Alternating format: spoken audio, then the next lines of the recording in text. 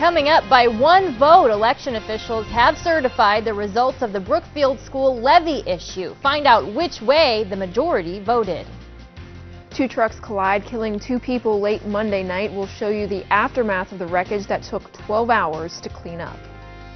And there'll be approximately 18,000 pounds of food that'll be leaving with this truck today to go to Moore. Recovery Help, a local organization sending food relief to Moore, Oklahoma. First News at 5 starts now. Teresa Weekly on WKBN 27 First News, where your news comes first in high definition. Good evening. You'll notice at the bottom right hand of your screen a severe thunderstorm warning in effect right now. Don Guthrie's over in the Weather Center. He's been monitoring this system.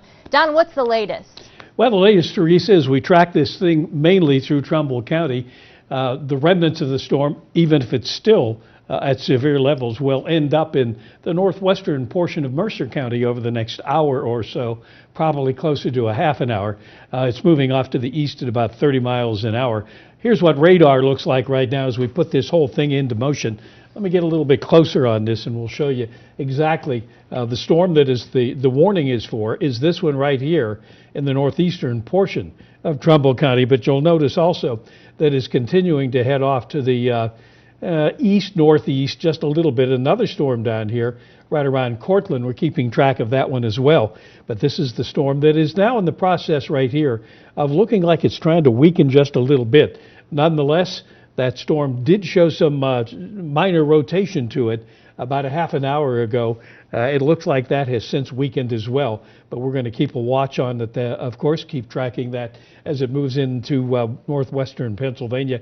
If you're watching in Jamestown and up into southwestern portions of Crawford County, up toward the southern end of Pymatuning Lake there, all this is gradually heading your way as well. That warning is up until 5:15. More about what happens not only early this evening, but for the next couple of days as well. I'll have it for you in just a few minutes. Teresa? All right, thanks very much for that, Don. I know you'll keep an eye on things for us.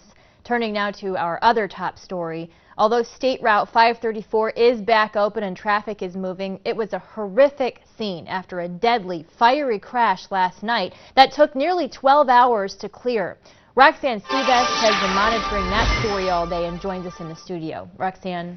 Teresa, two people are dead and one is injured after two trucks collide on State Route 534. The accident happened just after 11 Monday night. According to the Ohio State Highway Patrol, a Ryder truck traveling southbound on 534 veered off the right, overcorrected, and went left of center. That's when it struck another tractor trailer heading north, causing both vehicles to burst into flames. While the area is mostly rural in that portion of 534, the accident happened near two open fields. It still woke neighbors up.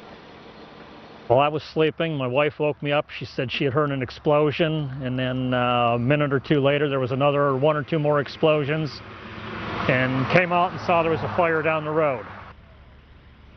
Now, the two people in the Ryder truck were pronounced dead at the scene. Their names have not yet been released. Now, the driver of the tractor trailer, Mark Hoskins of Alliance, was transported to St. Elizabeth Hospital. The last we heard, he was in fair condition. It took two towing companies, an excavating crew, and a heavy hauler to clear those charred remains from the scene.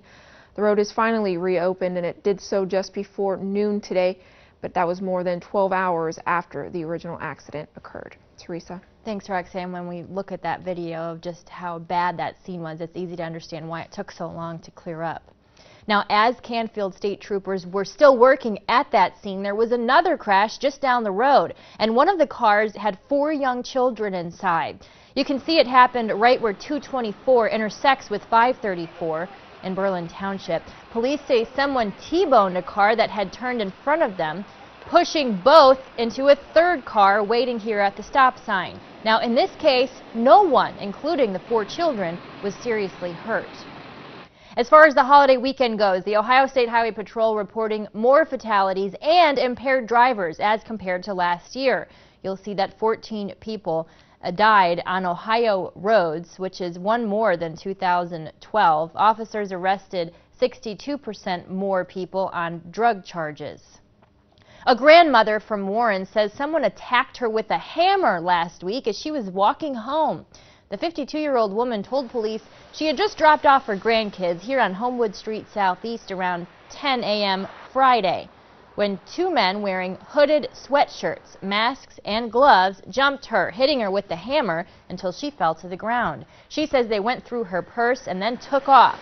The woman had to go to the hospital for treatment. If you have any information, please call Warren Police at 394-2521, the number at the bottom of your screen. On the night of May 7th, we told you that the Brookfield Local School District passed its first levy in 18 years. At the time, there was just a 3-vote margin, but now we know it was actually much closer than that. After counting the provisional and absentee ballots, members of the Trumbull County Board of Elections found that the levy passed by just 1 vote, 930 to 929. Now, this will generate more than $600,000 for the district. The state just placed the district into fiscal emergency since it has not come up with a recovery plan to eliminate the deficit. The levy should help the special committee to help find a solution to that problem. And now that school is out for the summer, or almost out, a lot of you will be looking for jobs. In fact, the National Restaurant Association predicts the food service industry alone could add about 500,000 people across the country this summer, and Ohio could be one of the busier states. We know that Cavelli Enterprises is looking for help at the new Dairy Queen at the Eastwood Mall, and we told you they just hired 200 people to operate stores along the Ohio Turnpike in New Springfield.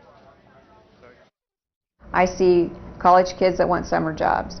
I see kids that are becoming, juniors and seniors, that this might be their first job, and they think that working for Dairy Queen is a great experience. This new Dairy Queen store you can see is coming soon, and at 6 you'll hear from job placement experts about why there could be more of these positions available now than in past years. The Youngstown Police Department also hiring and should have some new officers on the street by next month. This here was a promotion ceremony this morning, the chief promoting 4 officers. Chief Foley says recent retirements and 1 resignation made room in the now 147 officer department, leaving 5 or more positions open. A federal grant helps pay for officers that have a military background, and Foley hopes to announce the new hires in the next week or so.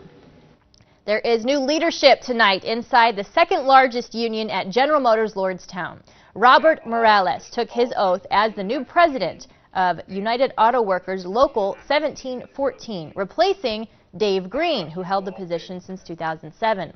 Morales and Green had 3 runoff elections after close votes in the first 2, obviously Morales easily winning the 3rd time around. He's worked at GM Lordstown for the last 18 years. A local bank made a significant donation to Big Brothers Big Sisters of the Mahoning Valley today. Home Savings presented the group with this giant check for $10,000. The money will go towards the high school mentoring program. It pairs sophomores, juniors, and seniors with elementary kids in the same district. And there are 5 districts that are a part of the program, including Austintown, Sebring, McDonald, Lordstown, and Cortland. Here's what we have still ahead. Passengers vacationing on a Royal Caribbean cruise have their trip cut short. Find out why they are headed back to Baltimore instead of the Bahamas today. And stay away from salt. We'll head to the Mr. Food Test Kitchen to show us how some salts can add a zip to your menu without as much damage. That's all ahead.